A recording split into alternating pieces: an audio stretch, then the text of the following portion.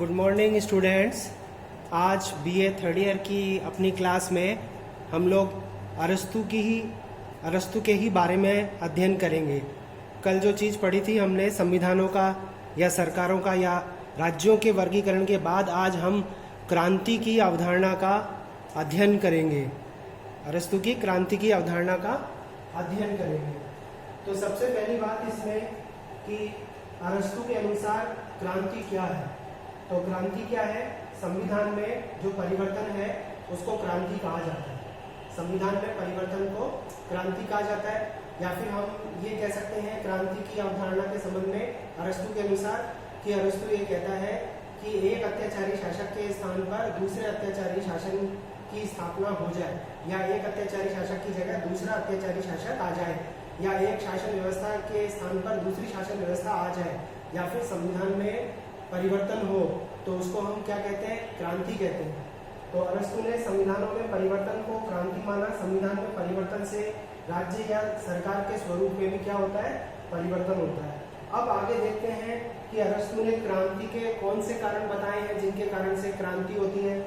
दो कारण बताए उसने, सामान्य और विशेष कारण। इसके अलावा विशिष्ट शासन प्रणालियों में क्रांति के कुछ कारण बताए थे, उनकी भी चर्चा करेंगे। लेकिन सबसे पहले सामान्य और विशेष कारणों की बात करेंगे। सामान्य कारणों में उन्होंने दो प्रकार के कारण बताए, असमानता और अन्याय। असमानता और अन्याय बहुत स्वाभाविक कारण है। अगर किसी भी शासन व्यवस्था में शासकों और जनता के बीच में असमानता रहती है या जनता के विभिन्न वर्गों के बीच में असमानता रहती है, तो यह असमानता की भावना जो है वो क्रांति को जन्म देती है। जिन वर्गों के साथ में या जिन व्यक्ति समूहों के साथ में असमानता रखी जा रही होती है वह वर्ग रुष्ट होकर क्या करता है? क्रांति कर देता है। अन्याय का मतलब है जैसे किसी व्यक्ति की संपत्ति को छीनना, अनुचित कर लगाना या कठोरता पूर्वक कानूनों का पालन करवाना। इस तरह की चीजें क्या करती हैं? जनता के ऊपर अन्याय को बढ़ाती हैं, और जब अन्याय एक स्तर से ऊपर उठ जाता है तब उसके बाद में क्रांति उत्पन्न होती है। तो बहुत सामान्य रूप में ये कारण बताए गए, असमानता और अन्याय, जिसके बारे में हमने पढ़ा। अब विशेष कारणों की बात करते हैं। विशेष कारण क्या है? सबसे पहला विशेष कारण है शासक वर्ग की धृष्टता। शासक वर्ग की धृष्टता का मतलब है कि शासक वर्ग जो है वह स्वहित के लिए या अपनी महत्वाकांक्षा की पूर्ति के लिए शासन करे, जनता का शोषण करे, सार्वजनिक और या निजी संपत्ति को वो क्या कर ले? छीन ले, उसके ऊपर कब्जा कर ले, अपना अधिकार जमा ले। तो ऐसी स्थिति में शासक वर्ग की इस तरह की भावना या उसके इस प्रकार के क्रियाकलाप क्रांति का कारण बनते हैं। सत्ता का दुरुपयोग, जब शासकों द्वारा जनता द्वारा दी गई या संविधान द्वारा दी गई सत्ता का दुरुपयोग किया जाता है, स्वहित के लिए सत्ता का उपयोग किया जाता है और जनता का शोषण किया जाता है, तो भी क्या होती है? क्रांति होती है। अयोग्यों का शासन, मतलब जब योग्यों की अपेक्षा होती है किसी शासन में, जब योग्य व्यक्तियों के समूहों की उपेक्षा होती है, उनका अपमान होता है, अयोग्यों को सम्मान मिलता है, तो ऐसी स्थिति में क्या होता है? क्रांति होती है। आर्थिक असंतुलन। आर्थिक असंतुलन का मतलब है कि आर्थिक असमानता जब समाज में विद्यमान रहती है, धनी बहुत अधिक धनी और निर्धन बहुत ज्यादा निर्धन हो जाता है, निर्धन को खाना खाने के लिए नहीं मिल रहा और धनी जो है वो आराम तलब जीवन जो है वो जी रहा है, तो ऐसी स्थिति में निर्धनों का समूह एकजुट होकर क्या करता है? क्रांति करता है। तो आर्थिक असंतोष क्या करता है? क्रांति को जन्म देता है। मध्यम वर्ग की उपेक्षा। मध्यम वर्ग जो है वो दो ऐसे वर्गों के बीच में संतुलन का काम करता है जिनके हित क्या होते हैं? परस्पर विरोधी होते हैं। अगर मध्यम वर्ग नहीं होता तो ऐसी स्थिति में दोनों वर्ग एक दूसरे के नजदीक आकर एक दूसरे के खिलाफ लड़ाई लड़ते हैं। जैसे निर्धनों की धनिकों के खिलाफ जो लड़ाई होती है उसको क्रांति का नाम दिया जा सकता है। फिर इसके बाद सम्मान की लालसा। शासक वर्ग अगर योग्य व्यक्तियों का सम्मान नहीं करता, उनका अपमान करता है, अयोग्यों को क्या कर देता है? वो सम्मानित कर देता है, उनको राजकीय पद दे देता है, तो ऐसी स्थिति में जो सम्मान प्राप्ति के वास्तविक हकदार हैं वे व्यक्ति नाराज हो जाते हैं और वो अंदर ही अंदर क्या करते रहते हैं? षड्यंत्र करते हैं और वो आगे जाकर षड्यंत्र क्रांति में बदल जाते हैं। भय। जनता के मन में शासक वर्ग के प्रति जो भय होता है, जब वो एक सीमा से ज्यादा बढ़ जाता है तो उस भय से छुटकारा पाने के लिए जनता एकजुट होकर क्रांति करती है। अगर जनता के मन में शासक वर्ग के प्रति या किसी वर्ग विशेष के प्रति, जैसे निर्धनों के मन में धनिकों के प्रति घृणा की भावना पैदा हो जाए तो यह घृणा अंत में क्रांति में बदल जाती है। प्रमाद का मतलब है आलस्य। जनता अगर आलसी है, वो अच्छे शासकों का चुनाव नहीं करती, गलत कानूनों का विरोध नहीं करती, और शासक वर्ग भी क्या हो, प्रमाद में लिप्त होकर क्या करे, जनता की हितों की उपेक्षा करे, तो ऐसी स्थिति में क्रांति होती है। पारिवारिक झगड़े, राजतंत्रीय व्यवस्थाओं में जो पारिवारिक झगड़े होते हैं वो क्रांति का कारण बनते हैं। जिस व्यक्ति को वंशानुगत आधार पर सत्ता प्राप्त होनी चाहिए थी या राजा बनना चाहिए था, और वह व्यक्ति राजा न बनकर कोई और व्यक्ति राजा बन जाए, तो ऐसी स्थिति में भी क्रांति को बढ़ावा मिलता है। विरोधी वर्ग में शक्ति संतुलन, धनी वर्ग अपने धन के बल पर और निर्धन वर्ग अपनी संख्या के बल पर जब शक्ति की दृष्टि से बराबर हो जाते हैं तो क्या होता है, संघर्ष होता है। शक्ति की समतुल्यता हमेशा से क्या करती है, संघर्ष की ओर हमको ले जाती है। निर्वाचन संबंधी झगड़े या निर्वाचन संबंधी षड्यंत्र राजतंत्रात्मक व्यवस्था में या जनतंत्रीय व्यवस्था में या कुलीन तंत्रीय व्यवस्थाओं में अगर निर्वाचन कार्यों में षड्यंत्र रचे जाते हैं तो ऐसी स्थिति में जिन व्यक्तियों को पद मिलने चाहिए और उनको वो पद नहीं मिलते, तो फिर इन षड्यंत्रों से, इन निर्वाचन संबंधी षड्यंत्रों से क्रांति का जन्म होता है।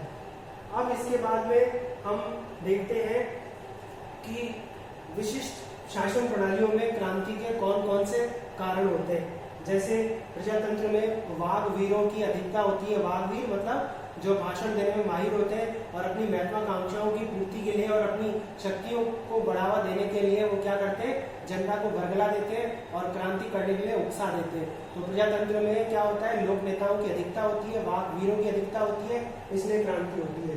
धनिक तंत्र में भी क्या होता है कि क्रांति की संभावना जो है वो बताई गई। जन साधारण की उपेक्षा और शासकों का उनके प्रति अनुचित व्यवहार क्रांति का कारण बनता है। जनसाधारण की जब धनिक तंत्र में उपेक्षा होती है और शासक वर्ग उनके साथ अनुचित व्यवहार करता है तो इससे क्रांति को जन्म मिलता है। इसके अलावा कुलीन तंत्र में भी बताया गया कि कुलीन तंत्र के जन साधारण में, कुलीन तंत्र में जो जनता होती है उसके मन में जब ये भावना पैदा हो जाती है कि वह सम्मान की दृष्टि से किसके बराबर है, शासकों के बराबर है, तो उनकी ये भावना आगे चलकर किसको जन्म देती है, क्रांति को जन्म देती है। राजतंत्र में क्रांति, राज परिवार में जब वंशानुगत आधार पर किसी व्यक्ति को राजा बनना चाहिए और उसके स्थान पर कोई और राजा बन जाए तो ऐसी स्थिति में भी क्रांति जो है वो होती है। निरंकुश तंत्र में शासकों की निरंकुशता, जनसाधारण की उपेक्षा, कानूनों का कठोर होना, संपत्तियों का अपहरण किया जाना और जनता का तिरस्कार किया जाना निरंकुश तंत्र में क्रांति का कारण बनता है। तो विशिष्ट शासन प्रणालियों में हमने देखे क्रांति के कारण, प्रजातंत्र, धनिक तंत्र में क्रांति, कुलीन तंत्र में क्रांति, राजतंत्र में क्रांति और निरंकुश तंत्र में क्रांति क्यों होती है। अब देखिए क्रांति के प्रकार भी देख लेते हैं हम। अरस्तु ने जो क्रांति के प्रकार बताए उनमें पूर्ण क्रांति का मतलब है शासन के रूप में या संविधान में पूर्ण परिवर्तन हो या आंशिक परिवर्तन हो, उसके कारण से जो क्रांति होती है वो पूर्ण या आंशिक क्रांति कही जाती है। रक्तपूर्ण क्रांति का मतलब है कि जब कोई बदलाव हिंसक तरीके से होता है तो वो रक्तपूर्ण है और जो बदलाव अहिंसक तरीके से हो वो रक्तहीन क्रांति का नाम कहलाता है। मतलब संविधान में परिवर्तन हो, सरकारों में परिवर्तन हो, शासन करने वाले लोगों में परिवर्तन हो या शासन का कोई रूप कम या अधिक रूप में दूसरे रूप में बदल जाए तो वो क्रांति होती है। व्यक्तिगत हितों की पूर्ति के लिए जो क्रांति होती है वो व्यक्तिगत क्रांति, और जो गैर व्यक्तिगत हितों की पूर्ति के लिए हो वो क्रांति गैर व्यक्तिगत क्रांति। वर्ग विशेष की क्रांति जैसे निर्धनों की धनिकों के विरुद्ध की जाने वाली क्रांति, या धनिक वर्ग जो है वो जनतंत्रीय व्यवस्था में और राजतंत्रीय व्यवस्था में जनतंत्र और राजतंत्र के विरुद्ध क्रांति करे तो उसे वर्ग विशेष की क्रांति कहते हैं। इसी तरीके से वाग्वीरों की क्रांति, वाग्वीरों की क्रांति का मतलब यहाँ क्या हो गया कि वाग्वीर क्या करते हैं, भाषण देते हैं अजब गजब तरीके के जिनसे जनता सम्मोहित हो जाती है और उनकी बातों में आकर वो क्या कर देती है, विद्रोह कर देती है। तो ये क्रांति के प्रकार हैं जिनके बारे में हमने यहाँ पर अध्ययन किया। अब बात आती है कि अरस्तु ने जो ये चीजें बताई हैं, क्रांति के कारण बताए हैं, अब क्रांति के प्रतिकार के उपाय। तो सामान्य सी बात है, अगर अपन क्रांति के प्रतिकार के उपायों की बात करें तो हम यहाँ कह सकते हैं, अगर आपने नहीं भी पढ़े क्रांति के प्रतिकार के उपाय, तो भी आप क्या कह सकते हैं कि जैसे प्रजातंत्र में वाघवीरों की बात की मैंने, लोक नेताओं की अधिकता की बात की, तो यहाँ पर जनता को समझदारी करनी पड़ेगी कि अनुचित चीजों से वो दूर रहे। मतलब वाघवीर चाहे उनको कितना ही भड़काए, लेकिन अगर जनता समझदार है तो फिर क्रांति नहीं होगी। इसी तरीके से धनिक तंत्र में जनता के प्रति अनुचित व्यवहार किया जाता है, अगर वो व्यवहार ना हो तो धनिक तंत्र में क्रांति नहीं होगी। कुलीन तंत्र में कहा गया कि जनता अपने आप को शासकों के समतुल्य मानने लग जाती है और वो चाहती है कि उनको वही सम्मान मिले जो शासकों को मिले। अगर इस प्रकार की भावना ना हो और जनता अपने आप को अधीनस्थ मानते हुए शासकों के आदेशों का पालन करे तो भी क्रांति नहीं होगी। राजतंत्र में अगर पारिवारिक झगड़े ना हो और वंशानुगत आधार पर सत्ता को हस्तांतरित किया जाए तो क्या नहीं होगी, क्रांति नहीं होगी। और राजतंत्र में शासक वर्ग धृष्टतापूर्ण आचरण न करे तो भी क्रांति नहीं होगी। और निरंकुश तंत्र में यह कहा गया कि क्रांति से बचाव संभव है अगर निरंकुश तंत्र में शासक वर्ग क्या करे, अपनी निरंकुशता के साथ में स्त्री जासूसों की नियुक्ति करे।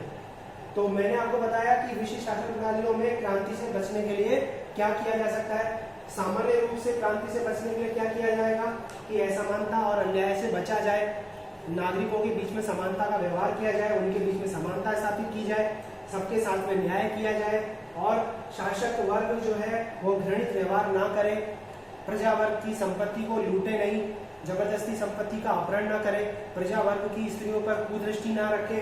तो इस प्रकार के घृणित आचरण से जब राजा बच जाएगा तो क्रांति नहीं होगी। आलसी नहीं हो जनता और शासक, दोनों ही आलसी नहीं हो। जनता गलत कानूनों का विरोध करे और शासक जो है वो जनता के हितों की उपेक्षा ना करे और अपनी बजाय अपनी प्रजा का ध्यान रखे। पारिवारिक झगड़े किसमें, राजतंत्र में होते हैं, तो इसके बारे में हमने बात की। विरोधी वर्गों में शक्ति संतुलन की बात को अपन यहाँ किस रूप में समझ सकते हैं कि मध्यम वर्ग के होने से धनी और निर्धन वर्ग के बीच की जो खाई है वो बट जाएगी और क्रांति की संभावनाएं क्या हो जाएंगी, खत्म हो जाएंगी। सत्ता का दुरुपयोग ना हो, अयोग्य व्यक्तियों को सम्मान न मिले, योग्यों को सम्मानित किया जाए, उन्हें राजनीतिक पद उचित रूप में दिए जाए, जो जितना योग्य है उसके अनुपात में उसको राजनीतिक पद दे दिया जाए और उसके साथ में न्याय कर दिया जाए ताकि क्रांति की संभावनाएं पूरी तरीके से खत्म हो जाए। आर्थिक संतुलन स्थापित हो, आर्थिक समानता स्थापित हो तो क्रांति से पूरी तरह से क्या हो सकते हैं, बच सकते हैं।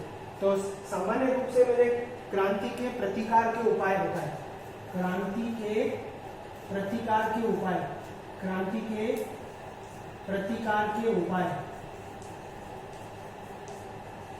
अब क्रांति के प्रतिकार के उपायों में हम किसकी बात कर सकते हैं कि शासक वर्ग भी संविधान का पालन करे और जनता भी संविधान का पालन करे, शासक वर्ग भी कानून के नियंत्रण में रहे और जनता भी कानून के नियंत्रण में रहे। तो ऐसे कुछ कारणों को आप लिखकर क्रांति के प्रतिकार के उपायों के बारे में बता सकते हैं। फिर भी अपन देख लेते हैं। देखिए, जैसे मैंने आपको कहा था कि शासक और शासित क्या करें, संविधान के प्रति आस्था रखें। दूसरी बात, शासक और शासितों में संवाद होता रहे ताकि दोनों के बीच की जो दूरियां हैं वो घट जाएं और शासक वर्ग जनता की समस्याओं को समझ के उनका समाधान कर सके। विधि का शासन स्थापित हो, समानता और न्यायपूर्ण व्यवहार हो, आर्थिक समानता स्थापित हो। इसके अलावा शासकों का आचरण भयपूर्ण और घृणित न हो, राजनीतिक और राजकीय पदों का और सम्मानों का उचित वितरण किया जाए। अरस्तु ने न्याय के संबंध में इस प्रकार की बात कही थी, मैंने कहा था कि राजकीय पदों का योग्यता के अनुपात में वितरण हो तो भी क्या हो सकता है, क्रांति को रोका जा सकता है। राजतंत्र में आंतरिक कलह को रोका जाए, प्रजातंत्र में वाघवीरों पर नियंत्रण रखा जाए, धनिक तंत्र में क्रांति को रोकने के लिए गरीबों की जरूरतों की पूर्ति हेतु पूरा ध्यान दिया जाए तो धनिक तंत्र में क्रांति से बचा जा सकता है। विदेशियों को उच्च पदों पर नियुक्ति न दी जाए क्योंकि विदेशी उच्च पदों पर नियुक्त होकर क्या कर देते हैं, शासक के विरुद्ध विद्रोह कर देते हैं। इसके अलावा शासक वर्ग द्वारा नागरिकों के सामने बाहरी आक्रमण का भय रखा जाए, चाहे निरंकुश तंत्र हो या राजतंत्र हो, दोनों प्रकार की शासन व्यवस्थाओं में शासकों को क्या करना चाहिए, बाहरी आक्रमण का भय जनता को दिखाना चाहिए ताकि उनके जो अंदर विद्रोह की भावना चल रही है उसको छोड़कर वो देशभक्ति की भावना से ओतप्रोत रहे और वो शासक के नियंत्रण में रहे। तो उनको बाहरी आक्रमण का भय दिखाकर भी उनके अंदर के विद्रोह को दबाया जा सकता है। और स्त्री जासूसों की मैंने बात की थी कि निरंकुश तंत्र में स्त्री जासूसों की नियुक्ति की जानी चाहिए। तो हमने आज जो अध्ययन किया वो अध्ययन किया क्रांति के बारे में, और क्रांति की जो अवधारणा है वो उसने कौन सी पुस्तक में बताई, क्रांति के कारण उसने किसमें बताया, पॉलिटिक्स की पुस्तक 7 में। पॉलिटिक्स ये उसकी प्रमुख रचना है जिसकी हमने कल चर्चा की थी। 7वीं पुस्तक में उसने क्या बताया, क्रांति के कारण बताया। क्रांति के कारणों की चर्चा किसमें की, पॉलिटिक्स की पुस्तक 7 में। और दूसरी पुस्तक में, पॉलिटिक्स की दूसरी पुस्तक में क्रांति के प्रतिकार के उपाय बताए। दूसरी पुस्तक में क्रांति के प्रतिकार के उपाय बताए। तो 7वीं पुस्तक पॉलिटिक्स की 8 भाग है इस पुस्तक के। 7वें भाग में क्रांति के कारण बताए और दूसरे भाग में उसने क्रांति के प्रतिकार के उपाय बताए। तो आपको मालूम होना चाहिए कि उसने पॉलिटिक्स की कौन सी पुस्तक में क्रांति के कारण और प्रतिकार के उपाय बताए। तो आज के लिए बस इतना ही, बाकी का हम अगले व्याख्यान में पढ़ेंगे।